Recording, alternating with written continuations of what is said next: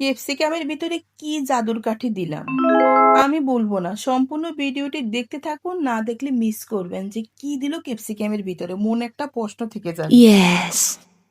Hello everyone, আসসালামু আলাইকুম। দেশ এবং দেশের বাহিরে যে যেখান থেকে আমার এই ভিডিওটি দেখছেন, নিশ্চয়ই সবাই ভালো আছেন। আমি ভালো আছি আলহামদুলিল্লাহ। বাচ্চাদের স্কুলের টিফিনে অথবা সন্ধ্যার নাস্তায় এমন একটা ইউনিক রেসিপি হলে মন্দ হয় না। আমার সঙ্গেই থাকুন আর দেখতে থাকুন। বাজার থেকে মুরগি নিয়ে আসলে মুরগিটা পুরো খাওয়া হয়ে যায়, যেই না বুকের মাংসটা কারো পাতে দিয়েছি অমনি করে ঠেলা দিয়ে উপরের দিকে তুলে দেয়। তাই আর বুকের মাংসগুলো ফ্রিজে রেখে দিয়েছি। মাথায় ঘুরতে থাকলো কি বানাবো। তাই বুকের মাংস কেটে এরকম কিউব করে কেটে নিয়েছি। নিয়ে চুলার ভিতরে ফ্যান বসিয়ে তার ভিতরে 1 কাপ পরিমাণে পানি দিয়ে বুকের মাংসগুলো সিদ্ধ করে নিলাম। নিয়ে হাত দিয়ে এভাবে চাপ দেওয়াতে বুকের মাংসগুলো সব খুলে ঝরঝরে হয়ে গেছে। আলাদা করে আর কিন্তু কষ্ট করতে হয়নি। আর এখানে নিয়ে দিলাম একটা আলু। বড় হলে একটা আলু নিবেন আর ছোট হলে 2টা আলু নিলে হবে। হাত দিয়ে চাপ দিয়ে আলুগুলো ভেঙে দিলাম। আলুগুলো একদম মিহি করতে যাবেন না, অর্ধেক অর্ধেক করে থাকবে। দেখেই বোঝা যাবে কিছু আলু ভেঙে গেছে, কিছু আলু এখনো একটু দানা দানা কাটি কাটি রয়ে গেছে। চুলার ভিতরে ফ্যান বসিয়ে তার ভিতরে দিয়ে দিলাম সরিষার তেল, দিয়ে দিলাম 1 কাপ পরিমাণে পেঁয়াজ, দিয়ে ভালো করে পেঁয়াজটা নেড়ে চেড়ে নিব। পেঁয়াজের কালার যখন একটু লাল হয়ে আসবে তার ভিতরে দিয়ে দিব সেই ঝুরা করা চিকেন। এখানে কিন্তু কোনো পানি অ্যাড করা যাবে না। 1 ড্রাম পানি আবার এখানে ঢালতে যাবেন না। চুলার আঁচটা কিন্তু লো রেখে দিবেন, তা না হলে সব জ্বলে পুড়ে ছারখার হয়ে যাবে। দিয়ে দিলাম একটু হলুদ, দিয়ে দিলাম 1 চা চামচ পরিমাণে শুকনো ঝাল, দিয়ে দিলাম গরম মশলা আর ধনিয়ার গুঁড়া জিরার গুঁড়া 1 চা চামচ পরিমাণে দিয়ে কিন্তু আবার নেড়ে চেড়ে নিতে হবে। নাড়ার উপরে কিন্তু রাখতে হবে, তা না হলে কিন্তু লেগে যাবে। একটু লাল লাল হয়ে আসলে দিয়ে দিব আবার একটু কাঁচা ঝাল। কাঁচা ঝাল দিয়ে আরো ভালো করে নেড়ে চেড়ে নিতে হবে। তার ভিতরে এখন দিয়ে দিব সে আলু।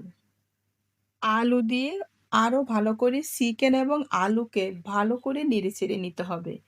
আর খুন্তি দিয়ে আলুটাকে একটু চাপ দিয়ে দিয়ে চিকেনের সাথে মিক্স করে দিতে হবে। মাথার বুদ্ধি খাটিয়ে না করলে খাওয়া অত মজা হবে না। তাই ভালো করে এখানে নেড়ে চেড়ে নিলাম, নিয়ে তার ভিতরে দিয়ে দিব ধনিয়া পাতা।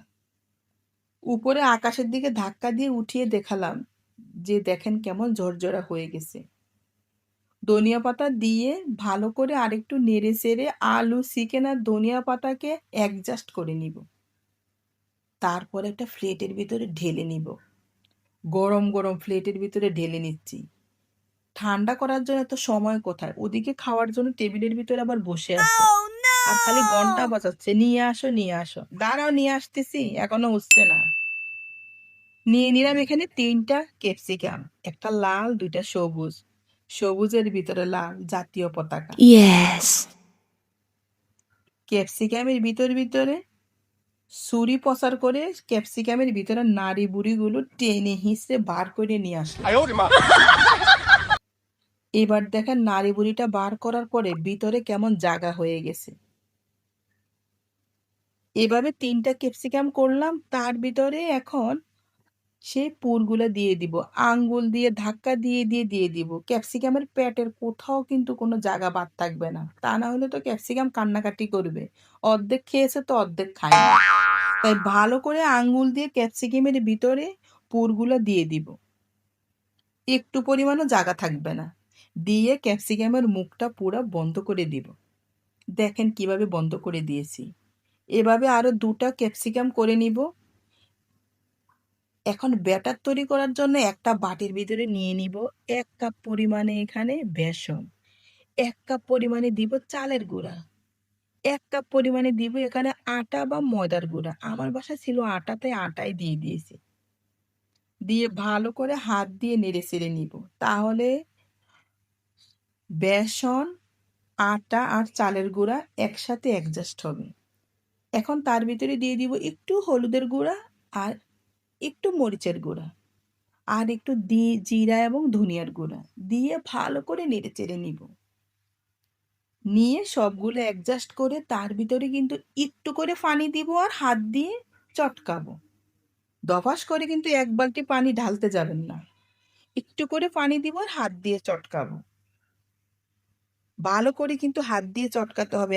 আঙুল এক্সারসাইজ করার জন্য এটাই সর্বপ্রথম একটা পন্থা। পানি দিব আর হাত দিয়ে চটকাবো। আঙুলটা ব্যাটারের ভিতরে ডুবিয়ে দেখবো, আঙুলের চতুর্পাশে ব্যাটারটা কি পুরুত্ব হয়ে আছে। তখনই বুঝবো ব্যাটার পারফেক্ট হয়েছে।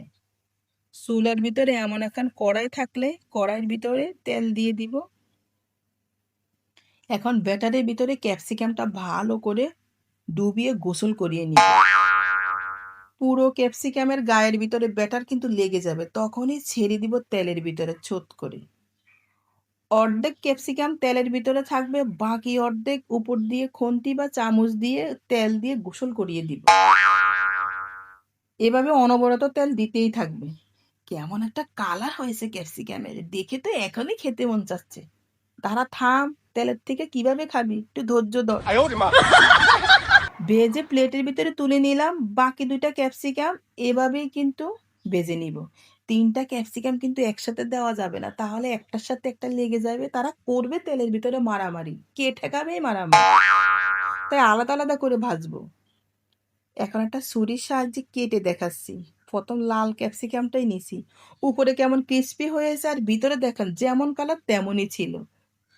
আর একটা সবুজ কেটে দেখাচ্ছি, উপরে পুরা ক্রিসপি, ভিতরে যেমন আছে তেমন কালার, আবার সিদ্ধও হয়ে গেছে। বাসায় সস ছিল, সস দিয়ে পরিবেশন করলাম। আপনারা এভাবে খেতে পারবেন। আল্লাহ হাফেজ। আপনারা খেয়ে বলবেন কেমন হয়েছে। ভালো থাকবেন।